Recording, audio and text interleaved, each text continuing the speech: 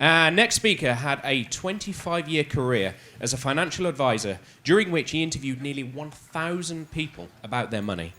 As well as being head of financial education at Salary Finance, he is a personal finance columnist for the Financial Times and the author of 5 personal finance and self-improvement books.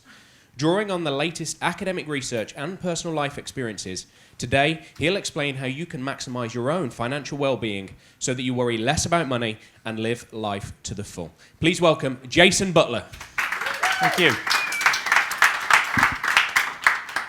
I've got a really deep question for you just to finish the conference. All right, you ready for this? This is when you get really introspective.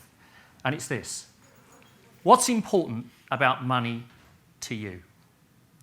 Now, that's a really, really simple question, but it's not so easy to answer. And the reason is because most of us have a very tricky and complicated relationship with money, don't we? So what I'm going to do in the short time we have together, I can't do justice to everything, but I'll give you what I think is the most essence of what you need to know, is I'm going to share with you some ideas, insights, and tips so that you can be better with money, so that you worry less and that you live more. Does that make sense? And I'm also going to show you how you can download my 20-point financial wellbeing checklist. So that's from my last book, by the way. So you don't even have to buy the book. You can go straight to the conclusion so that you can get cracking when you get back home. Make sense? Yeah. Cool. Now, there was a study done. That's not my mum. There was a study done by AXA Insurance a few years ago. And they found that over a quarter of the population of the sample that they took, the thought of dealing with their money and their finances terrified them. Not worried them or concerned them or they're a little bit apprehensive, but terrified. Absolutely. And the same study, they found that 1 in 7 people would rather have dental procedure than deal with their money. Now, some of you are thinking you're going to book the dentist when you get back. I get it. It's okay. But the reason for this is that for most people, whether they're aware of it or not, money is a source of pain. And what that pain does is it leads to stress and worry. And we're going to come on to that in a bit more. Now, stress and worry, if not checked and not dealt with, will affect your mental and your physical well-being. Now, every study that's ever shown, money is up there as the cause of people's mental and physical ill health, which is why I'm so busy going all around the country talking to employees. I talk to big groups of employees.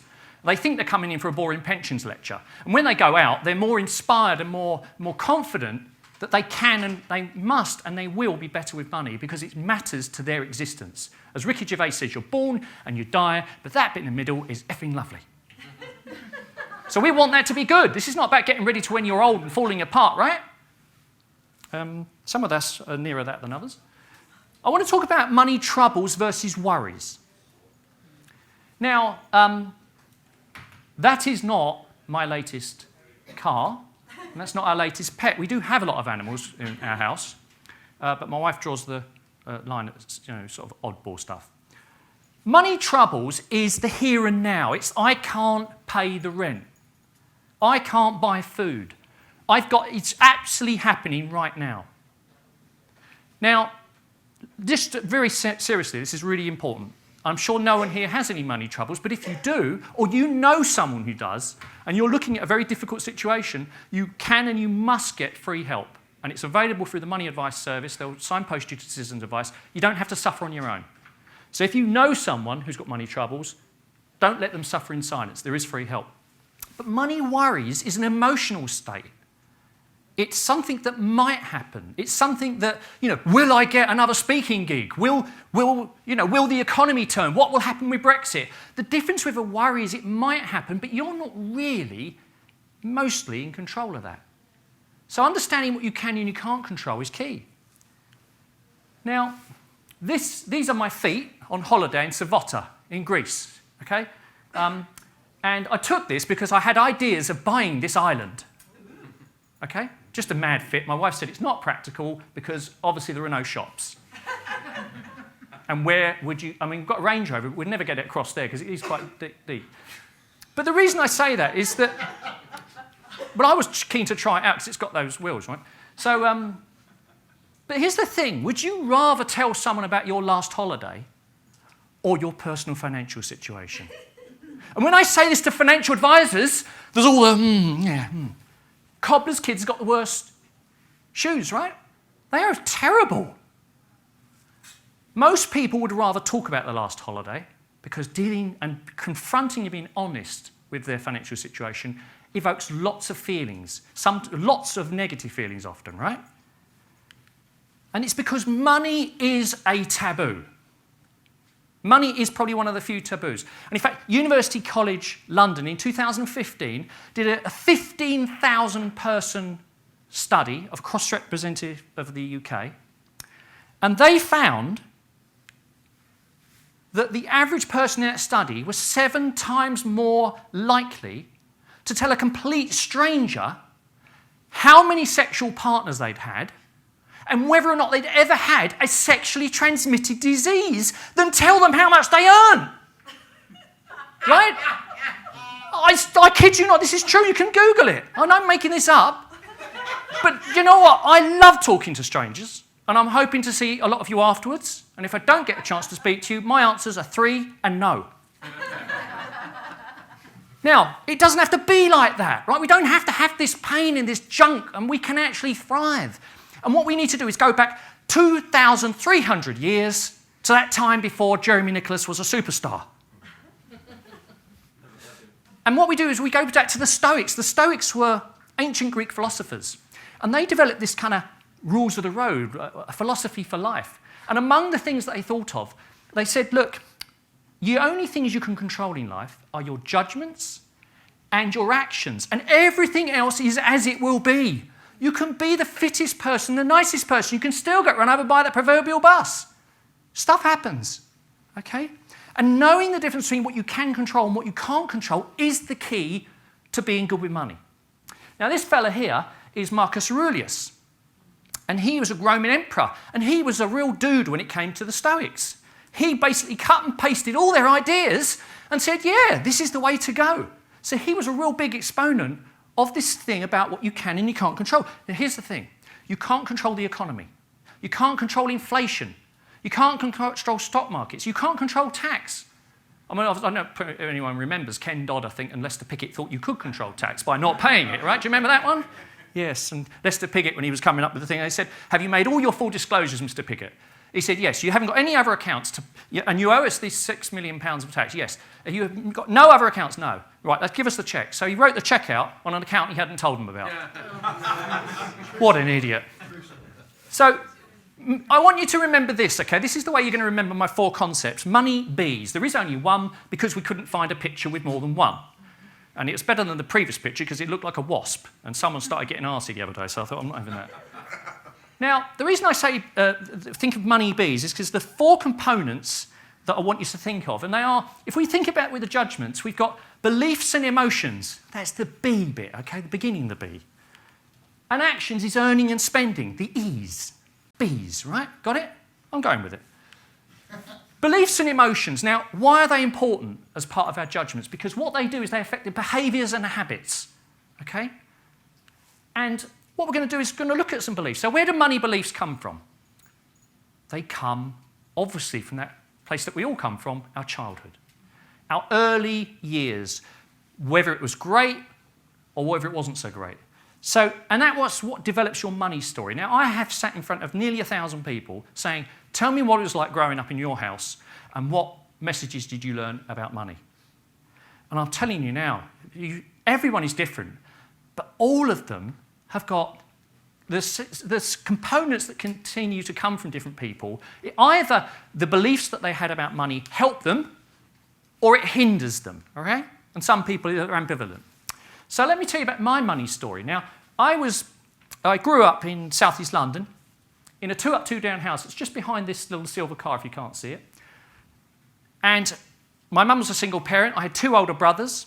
And of course, we were such a rough area, we weren't allowed to have road signs. So they wrote it on the road just in case we would nick it, okay?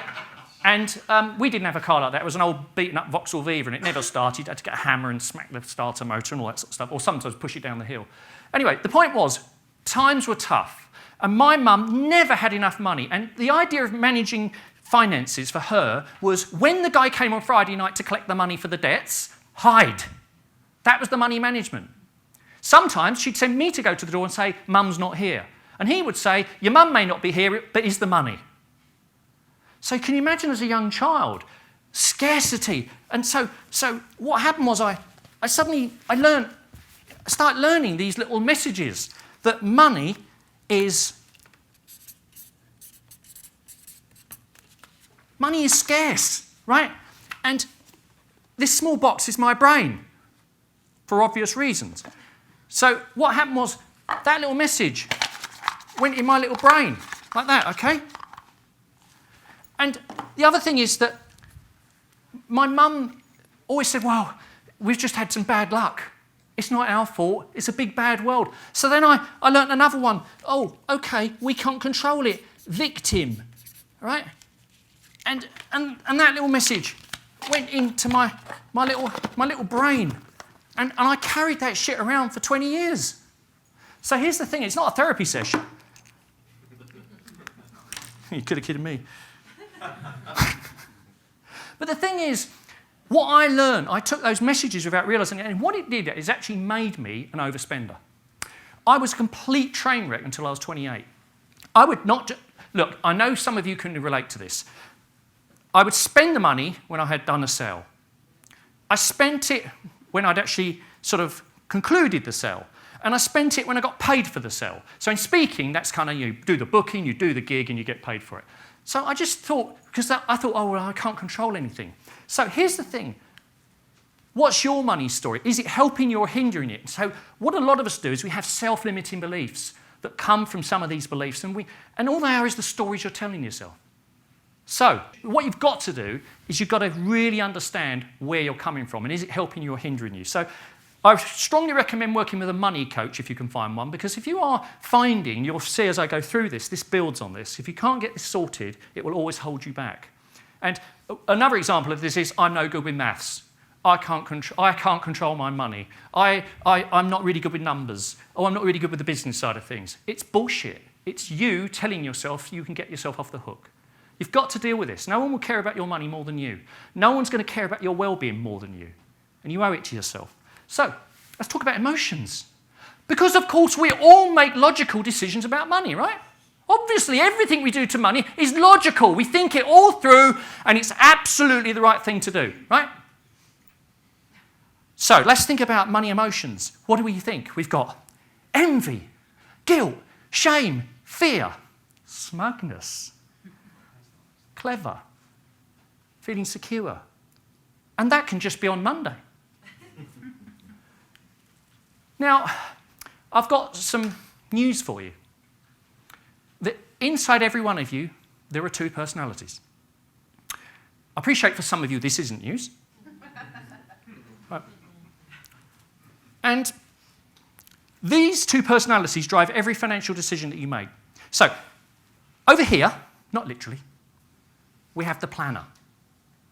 Now, the planner is rational, long-sighted, doing what's in your best interests, thinking things through, weighing things up, right? And over here we've got the doer, the lunatic that lives inside everyone, that's saying, buy it, buy it, buy it, because you're worth it. And now look, here's the thing. The doer is trying to get control because it comes from your primeval brain. We know this, right? This bit here is a relative development, this planner bit.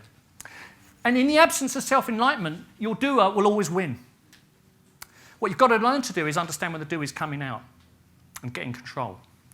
You won't win every battle, but you will win the war. Now, I want to talk about Doug. Now, Doug is a friend of mine from my gym. 54, got a gorgeous body, makes me sick, super fit. And one day he came in and, you know when someone's looking like someone died? I didn't like to say, Doug, what's the matter? But I did, because I was curious, nosy. I said, Doug, what's the matter? He said, my wife's left me. Now, I didn't know if that was a good or a bad thing. I'd never met his wife. I said, Doug, what's the problem? He said, well, 24 years of marriage. I came home. She said, I don't want to be here anymore. That's it. Over. Now, Doug carried this long face around for several weeks. In fact, several months. And then what happened is one day he said, I'm 54. I've got no money. I've got nowhere to live. I'm buggered. So anyway, a couple of weeks went by, and I saw him and he was smiling. I said, what, you got back together with your missus? No, the money came through on the divorce, my bit. I got 63 grand. It wasn't too bad after all. Not enough to buy a house or get, can't get a mortgage because I'm too old and don't earn enough. But he did. He said, I've gone and got myself a little runaround. Got himself a little RS7. There are only several hundred of these in the country. This car, he said to me, brand new, was £120,000 with every extra you can imagine. And they had it up for 75 grand. I'm going to come back to this bit in a minute about pricing. I said, I've only got 63 grand. And they said, well, take it. I said, is it outside? He said, yeah. He said, come and have a look at it. What a wonderful car. Several weeks later, there was a rather different looking Doug because he just found out the service on these things is just under £2,000 and each tyre is £900. So he's actually bought himself a liability on wheels. But here's the thing with Doug. What he did is he succumbed to the whole thing that we all do. When we feel sad, we are susceptible to spending money to alleviate the sadness because it's another form of pain, right? Because you're worth it. Who ever thought of that one? Right? People go shopping to alleviate boredom, stress, sadness. You are very vulnerable when you're sad. My daughter split up with her first boyfriend a couple of years ago. She was a bit down in the dumps. I wasn't because I didn't like him. But the point was, we've gone, yes. I said, what are you doing? She goes, I'm going out shopping with Georgia. No! She said, Dad, don't keep coming out of all that mumbo-jumbo psychological stuff. Will Smith, the American actor, this is his favourite quote. Too many people are spending money they haven't got to buy things they don't need to impress people that they don't like. And I would say who don't quite frankly care. Right? And that quote is actually from Will Rogers, who's a satirist. And if you can't trust the man in black, who can you trust? Okay? But this thing about trying to get acceptance from other people is really about trying to meet a need in you, a deep-seated need in you, to replace something that's missing. There was an interesting study done some years ago, and they were trying to work out, there was paraplegics and there were lottery winners. And they wanted to work out who was the happiest after the event, after a period of adjustment. Which group do you think were happiest after the event, after a period of adjustment? Well, I thought so, okay? And then I thought, perhaps it's the lottery winners, come on, let's get real. But it was the people who were happiest before the event were generally happiest after the event. So happiness is a state of mind. The money isn't going to move it. And we'll come on to how much is enough in a minute. FOMO, fear of missing out. They're doing it, so I need it. Look, can we all agree that social media, what's posted on social media, is generally not the truth of what's happening in people's lives, right? Okay. My wife said to me, because she knows that I love research, so I don't have Facebook. She does. She's not very active on it, but she does bring out some nuggets for me because she knows, obviously, I need material, and you probably do as well. So the thing is that she said to me, someone's posted, not just their latest holiday or how great they are or how wonderful their children are, she's posted her new travel luggage bags, a picture. Who cares? Humble brag, we call it. So here's the thing, if you're always living in someone else's image, what's it got to do with you? Their values aren't yours. So here's one of the things that you can do. If you do have a tendency to compare yourself to other people, why don't you think about having a role model of someone either you don't want to be like financially, or someone that you do want to be like. So in my case, I never wanted to be like my mum financially. She couldn't even run a bath, bless her. But my father-in-law was a wonderful guy, died recently. He was wonderful with money, very good principles, so I wanted to be more like him. And you've got to remember that the illusion of wealth that people show means that they're normally poor. They couldn't put their hand on a few quid. And, when I paid my mortgage off, and I'm not saying it's to brag because it was very important to me, and people would say, Jay, don't pay it off, it's so cheap, you could do money, you can invest in more businesses. I said, you know what? I don't care. I know. I feel cool about it. I don't care. Your principles are not mine. I wanted to be debt-free before 50, okay? That's my values. Yours may be different. So don't make your decisions based on what other people think of the book. Now, look, Penny, I said I'll put one in for you. Shopping. Who doesn't like shopping? I hate shopping. No. But I don't mind doing it online, actually, so yeah, carry on. Well, I'm interested in your response, but I'm not really, because everyone likes shopping. All the studies show that everyone likes shopping at some stage. I like shopping for books, okay? It might be you like shopping for charity clothes or, I don't know, make yourself feel good. I don't know. But the point here is that shopping, hedonic treadmill, is this concept that it does give us general excitement and happiness, but it doesn't last. We know that. So you have to keep doing it, okay? The problem with shopping is, if you are using that as a means of happiness, all you're going to do is spend money that you haven't got, as Will Smith said, but also you're going to be susceptible to marketing messages. Now, when my wife says to me, I have just bought a new jacket, okay? It was reduced from £150 to £100. I said, darling, the fact that you have bought a jacket that's been reduced from £150 to £100 doesn't mean that you've saved £50. She said it does.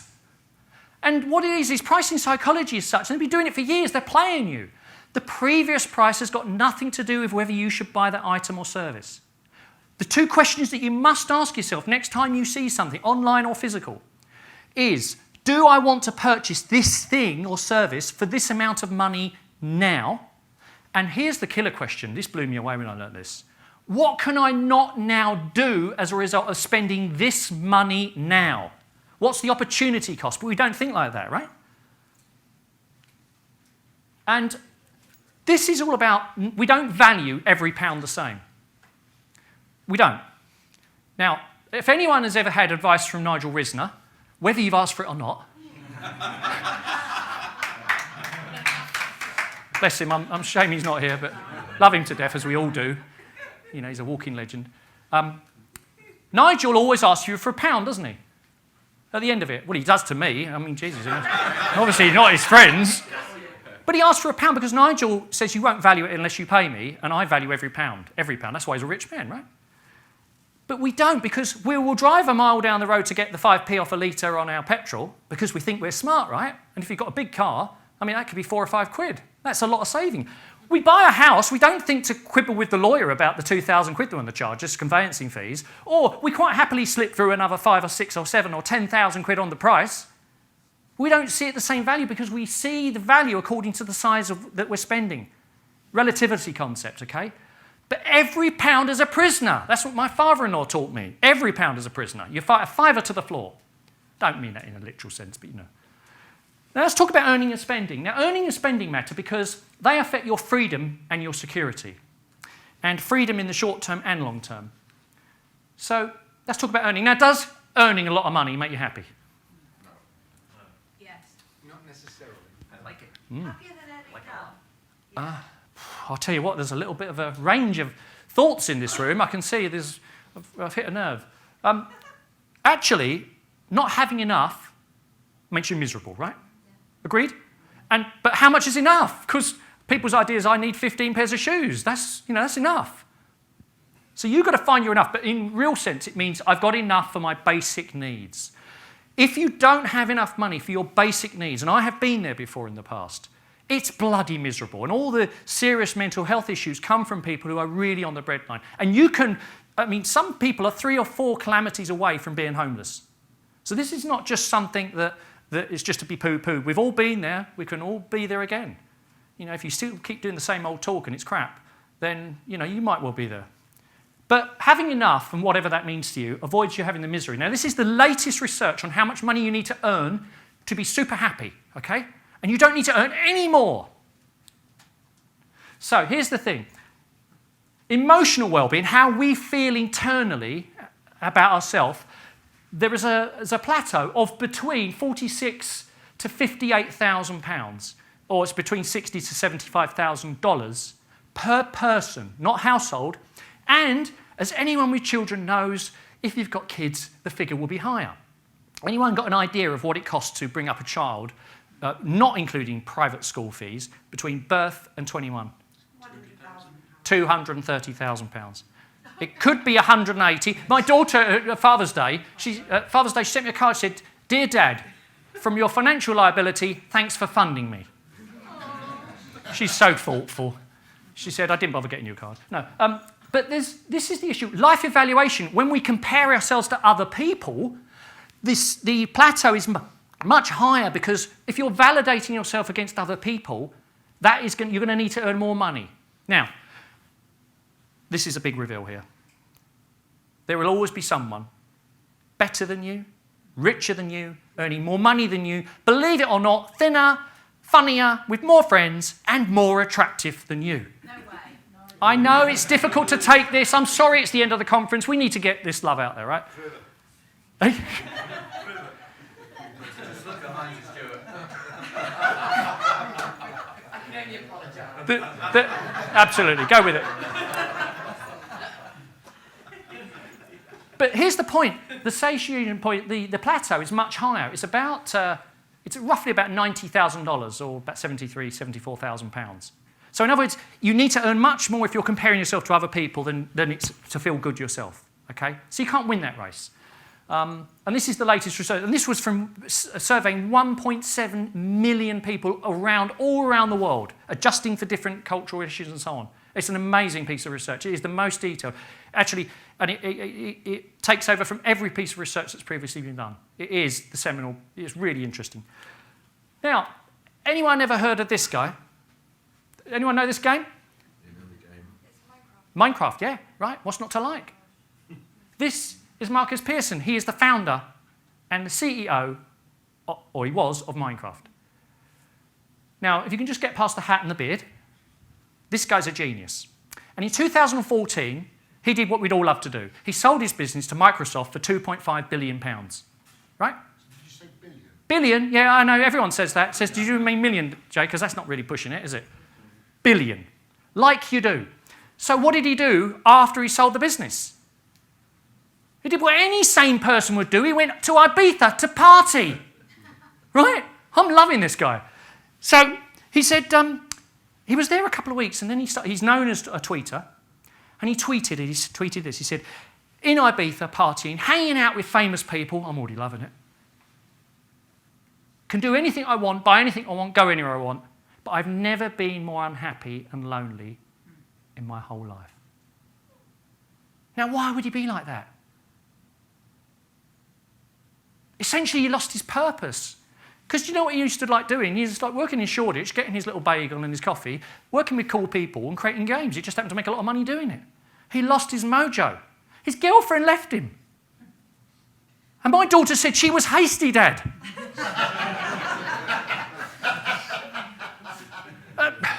Well, you know, he's not that bad, is he? I mean, he's lost the hat and the beard. And he also did this quote. The problem with getting everything is that you run out of reasons to keep trying.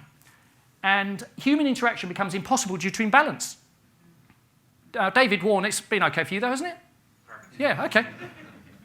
The thing is, the big takeaway from this one is I know you are the pinnacle of the profession and you're aiming high and you want to do really well and you want to get up a gear. But you do not need to be billionaires. Just want to leave you with that one in case that was worrying you. Okay? So that's a little takeaway there. So purpose and relationships are key. Now this is an important one. Income paradox is that if we compare our income to someone else or one of our peers, and they earn less than us, then we are happy, right? But even if we earn more money, but it's less than our peer, we are unhappy, even if it's more money. So don't compare your income to other people. Now, this little chart, I want to ask you a question. This is all about human capital. Human capital is all the income that you're ever going to earn for the rest of your life, all added together and discounted to today. Now, I've got a question for you. If I asked you to work out how much you've already earned to this point in your life and compare it to how much money you've accumulated and wealth that you created, would you be surprised, embarrassed, panicky? My brother asked me this question about a year and a half ago, so I put it in the presentation. He said, "How much have you earned to this date?" Everything. Oh, flipping heck. And when I worked it out, I was mortified. So here's the thing. If you can do anything to increase your future income earning, that's a good thing. That will increase your human capital. So when you're looking at your net worth and you're thinking, crikey, I haven't got much, put the value of your human capital on your balance sheet. When I sold my business 3 years ago, my financial planner, yes, I've got one, he said, Jay, how much do you want to put down for future human capital? Because obviously I was thinking about what price I could accept and the terms of the deal. I said, well, I hadn't thought about that. He said, well, let's just put something, modest in for future earnings, so you don't have to if you don't want to. So we put a number down. Actually, the figure was quite high. So I'm now focused on making sure that becomes a reality. Because if I look at a number that's 7 figures, rather than thinking it's just income each year, actually, all I've now got to do is deliver that, right? So here's the thing. The best investment you can ever make is investing in your ability to earn. So that means coaching. When I became a speaker, I invested in coaching. Now, I know what you're thinking. You need a rebate, okay? I won't tell you who my coaches are, so you know who to avoid. But anyway, the point is, I was prepared to invest time and money in improving my human capital. So that's what you need to do. The only question is, how much of this future human capital are you going to convert to financial assets, and how much of it are you going to squander? That's the question. So let's now talk about the elephant in the room, spending. So spending is nothing complicated about this. Your spending rate is what you need to focus on, not your savings rate. Because if you don't have any surplus, you can't save, right? You can't build resilience. And all it is your income divided by your spending. And the only way to improve your spending rate by reducing it is increasing your income, reducing your spending, or a combination of the two. Now, here's the thing. Your bank statements say more about what you value and what matters to you than anything you can tell yourself. Okay? So what you need to do is work out where you are spending your money. Because until you value saving and investing, you will never build real wealth. And let's face it, in a speaking business, you really haven't got anything to sell at the end of it, generally. Because once you stop, even with all the products and everything, it stops. So it's really, really important, particularly for speakers, unless you do come up with some amazing IP you can sell, that you get a handle on this. It's never what you earn, it's always what you spend. So, I want to talk about lifestyle creep. Now, I don't mean the slimy guy in the bar who is following you home. Lifestyle creep is this concept that we always end up spending, our lifestyle spending increases in line with what we earn, right? So if I went back 15 years, you're probably spending a lot more than you were spending 15 years ago, right? Particularly if you're earning more. I mean, you may be spending less. But what happens is that we start to increase our spending because we give ourselves permission as our income goes up, right? Don't we? You have that big job, or you've had a great year and you start earning the real serious money. I said to Jeff Ram, I said, Jeff, once you started earning big money, I said, did you change your lifestyle? And he said, do you know what? I didn't think I did, but when I look back on it, I did change some of the things in my lifestyle. I don't know, perhaps I went out a bit more. Perhaps I spent a bit more on suits and jackets. Obviously, I didn't follow that one. But the point is that we do spend up more. And so the key thing, takeaway, and even if this doesn't affect you, teach this to young people, controlling the rate of increasing expenditure that you're spending, particularly in your younger years, will hold you in good stead. Now, I want to tell you about Michelle and Frank. Now, Michelle McGrath is a financial journalist who I've known for many, many years. And Michelle, she bought a house in London with a big mortgage, and that's her husband, Frank, and they had to have a load of building work done. And they decided that they had to move out because it was such a big job, or rather move all their gear out. And they lived on camp beds. And they put all their stuff into storage. And you know what it's like? You've got, I need something out of storage. You keep going to and from the storage unit. And one day she was rifling through boxes and she found 4 boxes with written on, "to be thrown away." So not only she put all this stuff into storage, she put all the crap in storage as well. She said, this is nuts. Frank, we've got to get rid of some of this stuff. Well, they went berserk. They ended up getting rid of 80 to 85% of all of their possessions. They sold them, gave them away, recycled them, took the rest of the tip. She said, I felt amazing. Then she said, I can do a bit more with this. She found out about Buy Nothing Day, which is on the same as Black Friday. It's when you buy nothing, okay? It's the opposite. And she said, I really feel good about this.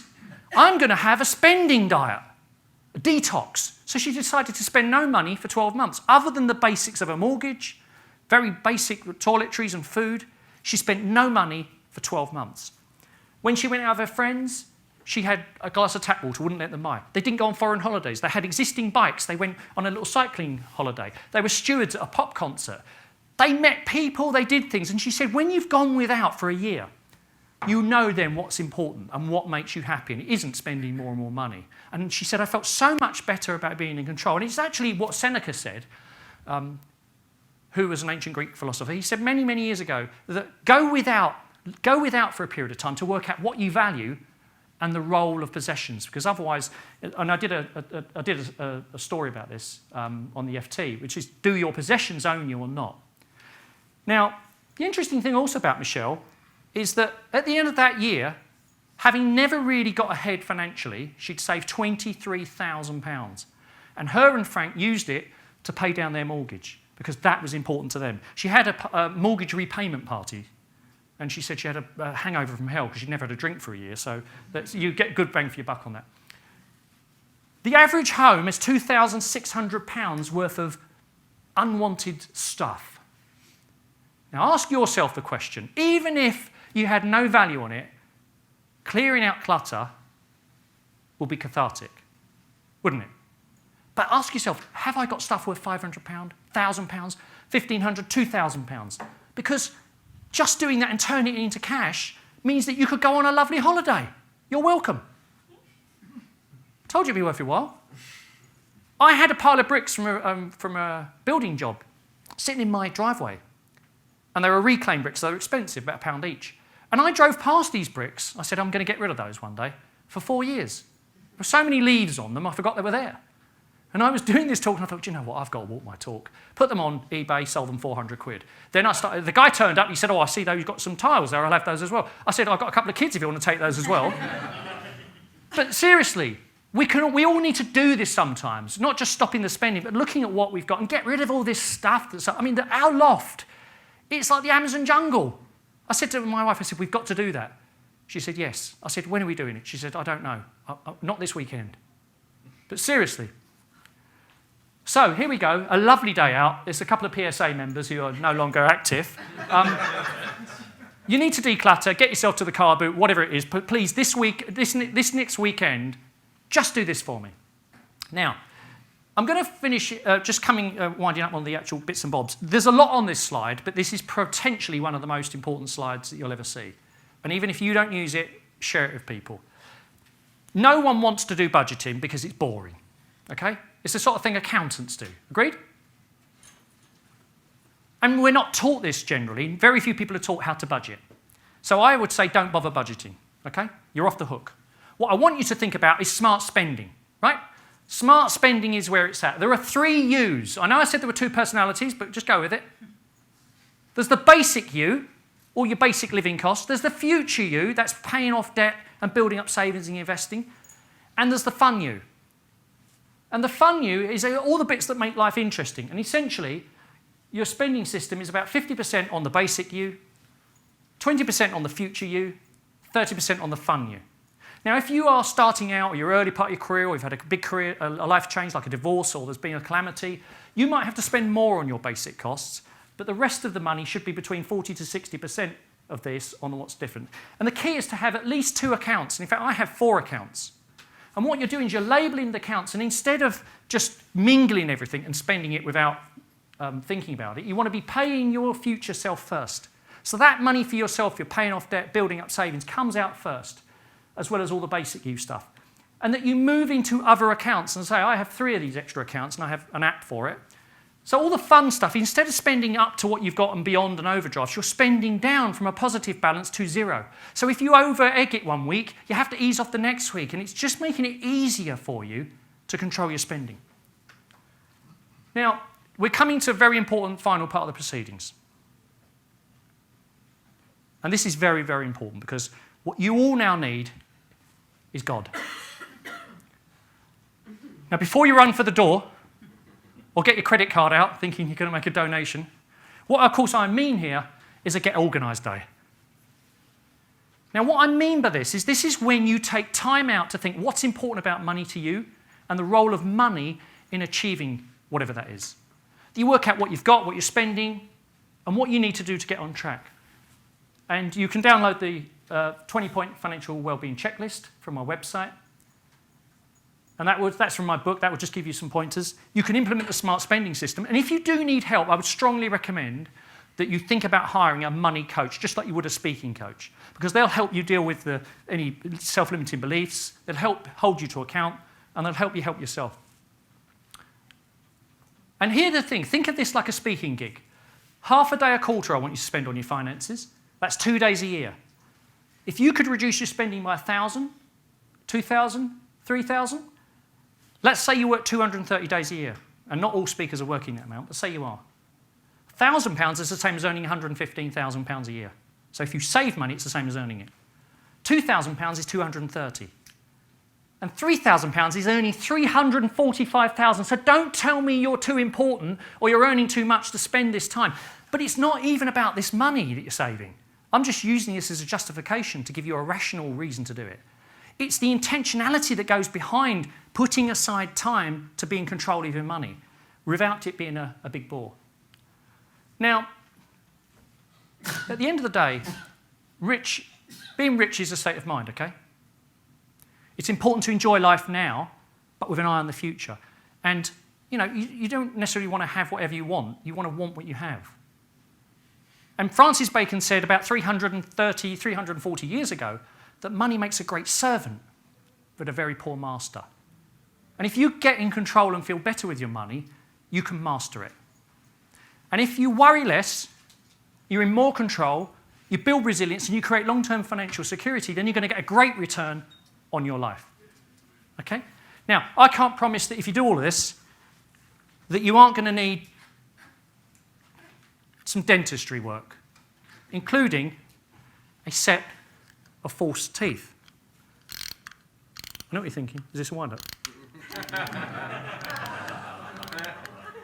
But if you are better with money, at least you'll be laughing, not crying.